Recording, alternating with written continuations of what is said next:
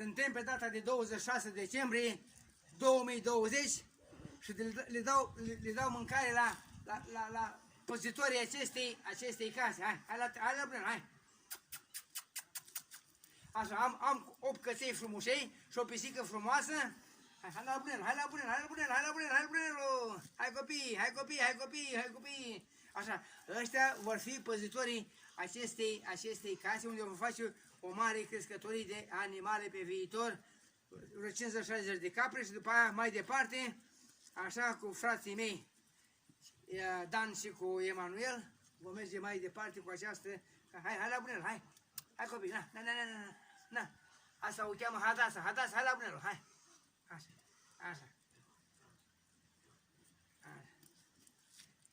Vreau să-i cresc mari, să-i bag în slujbă.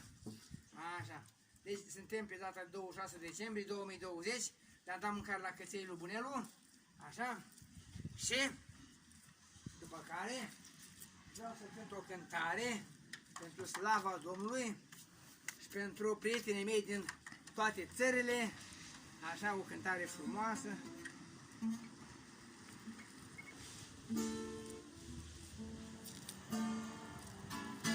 Tu îmi ești lumină vie, de cărarea întunecoasă. Tu îmi ești călăuză, când pe drumul meu e viață. Tu îmi ești alinare, când mi-e sufletul zdrobit.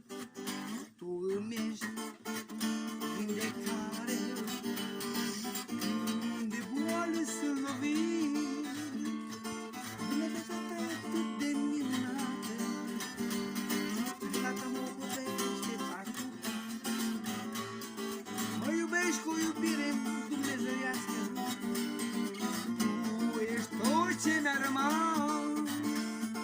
Bunătatea atât de minunată, Doamne Iisuse, mâna Ta ne ocolește pas cu pas. Ne iubești cu iubire adevărată, Tu ești tot ce ne-a rămas. Tu îmi ești bucurie, în viața ce-o trăiesc. Tu îmi ești fericire, Tu ești prințul meu ceresc. Tu îmi ești apă vie,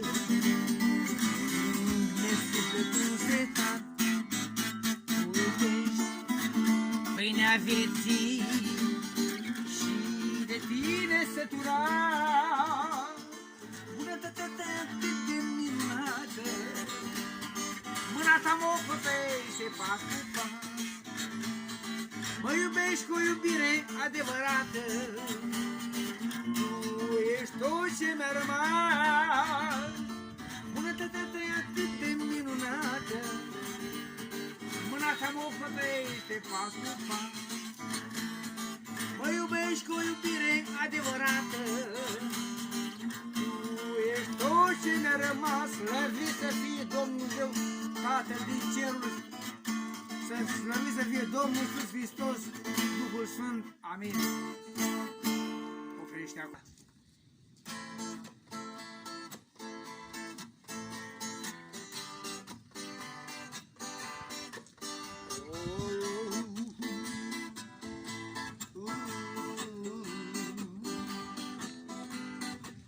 Din cerul înalt te-ai coborât, ai venit pe acest pământ să ne salvezi. Pe o cruce te-ai lăsat pentru noi crucificat. Acolo sus pe cruce la Tatăl ai strigat: O, Tată, iartă-i că nu știu ce fac. Îți mulțumim că ești mult ne-ai iubit. Îți mulțumim că ești pentru noi te-ai jertfit.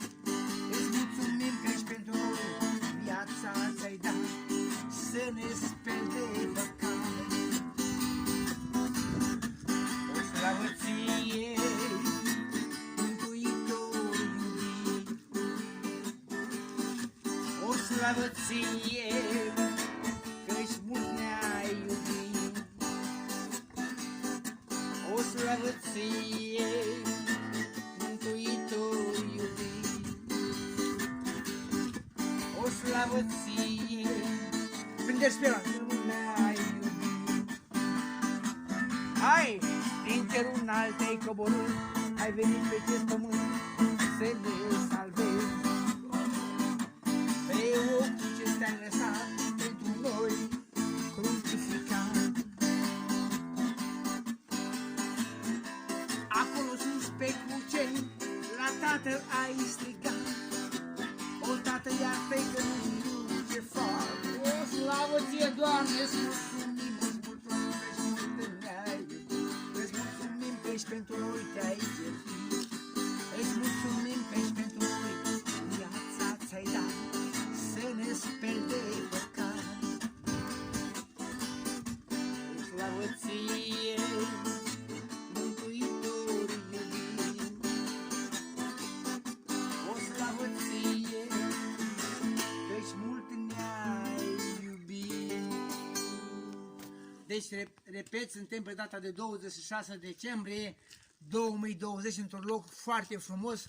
Pot să spun că dacă mut din jur împrejur, numai ape curgătoare, se vede clar, păduri peste păduri, este un rai pe acest pământ. Și aici vreau să fac împreună cu nepoții mei din această, am prieteni aici mulți, am un frate care are 12 copii, 2 dintre ei vreau să facem o mare crescătură de capre, de animale, și mulți oameni de la oraș să vină în acest loc de mare valoare, unde oamenii nu se întâlnesc cu COVID-ul. Aici este o mare binecuvântare din partea lui Dumnezeu. Oameni puțini, un loc frumos, și vreau ca oamenii să cunoască tot adevărul.